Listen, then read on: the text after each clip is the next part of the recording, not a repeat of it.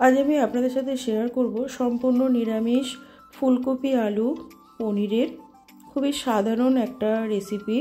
বাড়িতে থাকা সমস্ত সাধারণ মশলা দিয়ে যে কত সুন্দরভাবে একটা রেসিপি বানানো যায় সেটাই আমি আজ আপনাদের সাথে শেয়ার করব। এটা আপনারা রুটি বা ভাতের সাথেও কিন্তু পরিবেশন করতে পারবেন, খেতে খুবই সুস্বাদু হয়।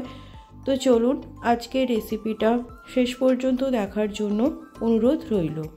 আমার রেসিপি যদি ভালো লাগে অবশ্যই আমার সাথে থেকে আমাকে এগিয়ে যাওয়ার জন্য সাহায্য করবেন। চলুন আজকের রেসিপিটা দেখে নেওয়া যাক। নমস্কার বন্ধুরা, রুনুর নিরামিষ রান্নাঘরে সবাইকে আবারও একবার আমন্ত্রণ জানাই। রেসিপিটা বানানোর জন্য প্রথমে গ্যাসে আমি কড়া চাপিয়ে দিয়েছি। এবার আমি এর মধ্যে দিয়ে দিলাম 2 টিস্পুন পরিমাণে লবণ। এবার সমস্ত কেটে রাখা ফুলকপিগুলোকে আমি দিয়ে ঢাকা চাপা দিয়ে মিনিট খানেক সময় আমি একটু ফুটিয়ে নেব। ফুলকপিটাকে আমি সেদ্ধ করব না, জলটা যখন খুব ভালোভাবে ফুটে উঠবে তখন আমি ফুলকপিটা নামিয়ে নেব। দেখুন জলটা খুব ভালোভাবে ফুটে উঠেছে। এবার আমি ফুলকপিটাকে নামিয়ে জল ঝরিয়ে নেব। ফুলকপিটা নামিয়ে নিয়ে ওই কড়াটা আবারও গ্যাসে চাপিয়ে দিয়েছি। দিয়ে দিলাম বেশ কিছুটা পরিমাণে তেল।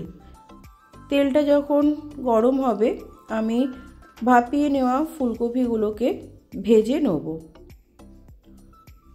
খুব ভালোভাবে উল্টে পাল্টে গোল্ডেন ব্রাউন করে ফুলকপিগুলোকে আমি ভেজে নেব।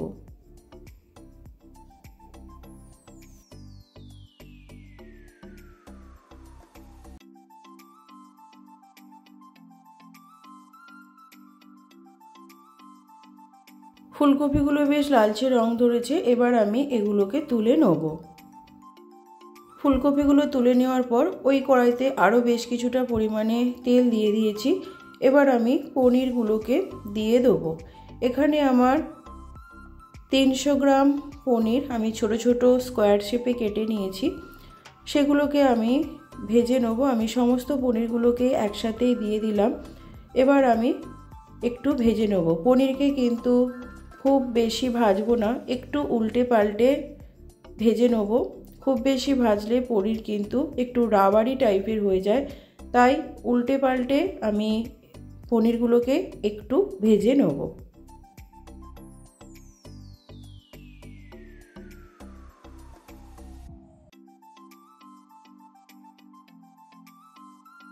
পনিরগুলো আমার ভাজা হয়ে গেছে। এবার আমি এগুলোকে তুলে নেব।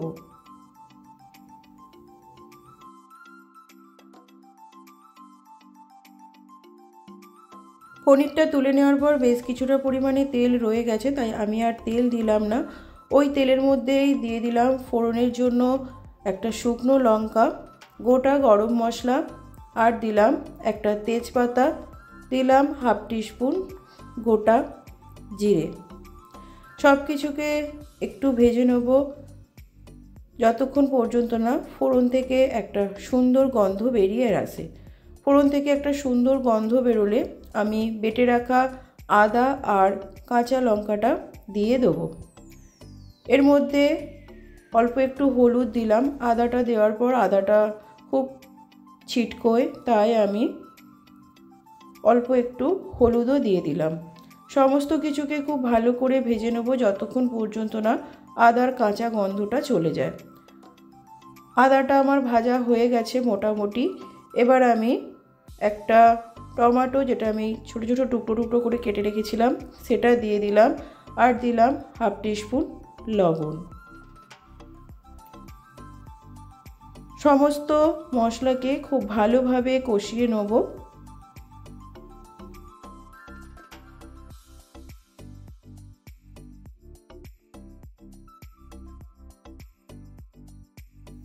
এবার আমি টমেটোটাকে ঢেকে দেবো, এর ফলে টমেটোটা খুব তাড়াতাড়ি সেদ্ধ হয়ে যাবে। প্রায় মিনিট খানেক সময় একদম লো আঁচে আমি টমেটোটা ঢেকে দিয়েছিলাম। ঢাকনা খুলে সব কিছুকে খুব ভালোভাবে একবার খুন্তি দিয়ে মিশিয়ে দেবো।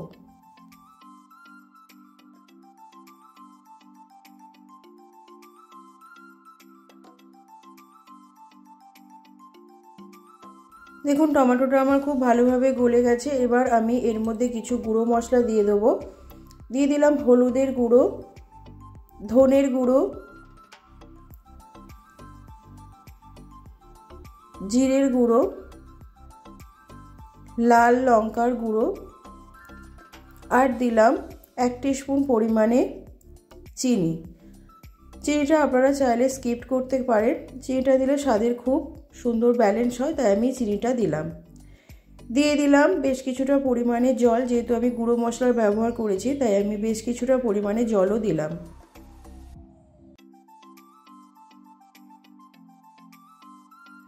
সমস্ত মশলার জলটা যখন খুব ভালোভাবে ফুটে উঠবে, এবার আমি এর মধ্যে দিয়ে দিলাম আলু।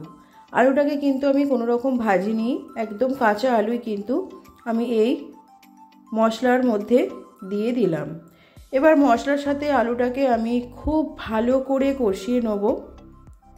সমস্ত মশলার সাথে আলুটাকে খুব ভালোভাবে মিশিয়ে নিলাম। এবার ঢাকা চাপা দিয়ে একদম লো আঁচে আমি খুব ভালোভাবে এটাকে আমি কষিয়ে কষিয়ে রান্নাটা করব।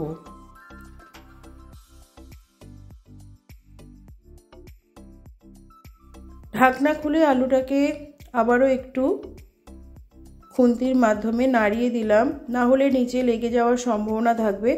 আবারও আমি ঢাকনা দিয়ে মিনিট খানেকের জন্য আলুটাকে রেখে দেবো। ঢাকনা খুলে আমি আবারও চেক করে নেব মিনিট খানেক পর। দেখুন মশলা থেকে খুব সুন্দরভাবে তেল ছেড়ে এসছে। এবার আমি এর মধ্যে দিয়ে দেবো জল। যে পরিমাণ ঝোল রাখবেন সেই পরিমাণ কিন্তু জল এই পর্যায়ে দিতে হবে। যেহেতু আমি আলুটাকে ভাজিনি তাই আমি একটু বেশি করেই জল দেবো, কারণ আলুটা সেদ্ধ হবে সেই বুঝেই কিন্তু জলটা দিতে হবে।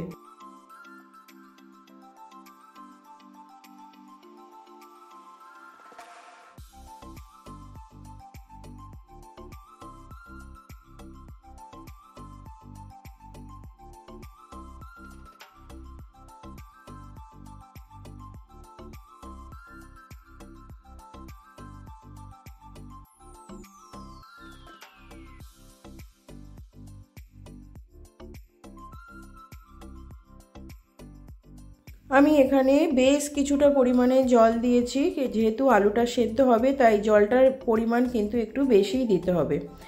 এবার ঢাকনা চাপা দিয়ে 5 মিনিটের জন্য আলুটাকে সেদ্ধ হতে সময় দিলাম। 5 মিনিট পর ঢাকনা খুলে একটু চেক করে নেব আলুটা সেদ্ধ হয়েছে কিনা। দেখুন আলুটা কিন্তু আমার এখনো ভালোভাবে সেদ্ধ হয়নি, এখনো বাকি আছে। আবারও আমি আলুটাকে ঢেকে দেবো।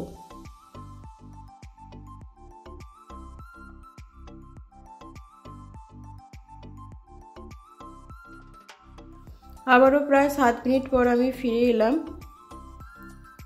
আবারও দেখে নেব আলুটা সেদ্ধ হয়েছে কিনা। আলুটা যখন 80% মতো সেদ্ধ হয়ে যাবে তখন আমি ফুলকপিগুলোকে দিয়ে দেবো। যেহেতু ফুলকপিগুলো হালকা একটু ভাপিয়ে নিয়েছি আর ফুলকপিটা তো ভেজে নিয়েছি, তাই ফুলকপিটা একটু দেরি করে দিতে হবে, না হলে কিন্তু ফুলকপিটা একেবারে গলে যাবে। ফুলকপি আর পনিরটা আমি দিয়ে দিলাম। সমস্ত কিছুকে খুব ভালোভাবে আমি মিশিয়ে নিলাম। ফুলকপি দেওয়ার পরে খুব বেশিক্ষণ সময় আমি এটা রান্না করব না। তরকারিটা যখন খুব ভালোভাবে ফুটে উঠবে সেই সময় পর্যন্ত আমি এটাকে রান্না করব। দেখুন তরকারিটা আমার খুব ভালোভাবে ফুটে উঠেছে। এবার আমি এর মধ্যে দিয়ে দেবো গরম মশলার গুঁড়ো আর দেবো বেশ কিছুটা পরিমাণে ধনেপাতা কুচোনো। সমস্ত কিছুকে খুব ভালোভাবে মিশিয়ে দিলেই রেসিপিটা একদম রেডি। এটা আপনারা রুটি বা ভাতের সাথে পরিবেশন করতে পারেন। একদম সহজপাচ্য একটি রেসিপি। যারা কম তেল মশলা খেতে পছন্দ করেন, নিরামিষ খান, তারা কিন্তু বাড়িতে অবশ্যই এই রেসিপিটা ট্রাই করে দেখবেন। খেতে কিন্তু খুবই সুস্বাদু হয়। আজকে রেসিপিটা আপনাদের কেমন লাগলো কমেন্ট বক্সে অবশ্যই কমেন্ট করে জানাতে ভুলবেন না। আর যারা নিরামিষভোজী তারা আমার চ্যানেলকে সাবস্ক্রাইব করে রাখবেন। আমি নিত্য নতুন নিরামিষ রেসিপি নিয়ে আপনাদের কাছে হাজির হব। আজকের মতো এই পর্যন্তই। আজকের রেসিপি একদম রেডি। এবার আমি এটা পরিবেশন করব। আজকের মতো এই পর্যন্তই। দেখা হবে আবারও এক নতুন রেসিপির সাথে। সবাই ভালো থাকবেন, সুস্থ থাকবেন।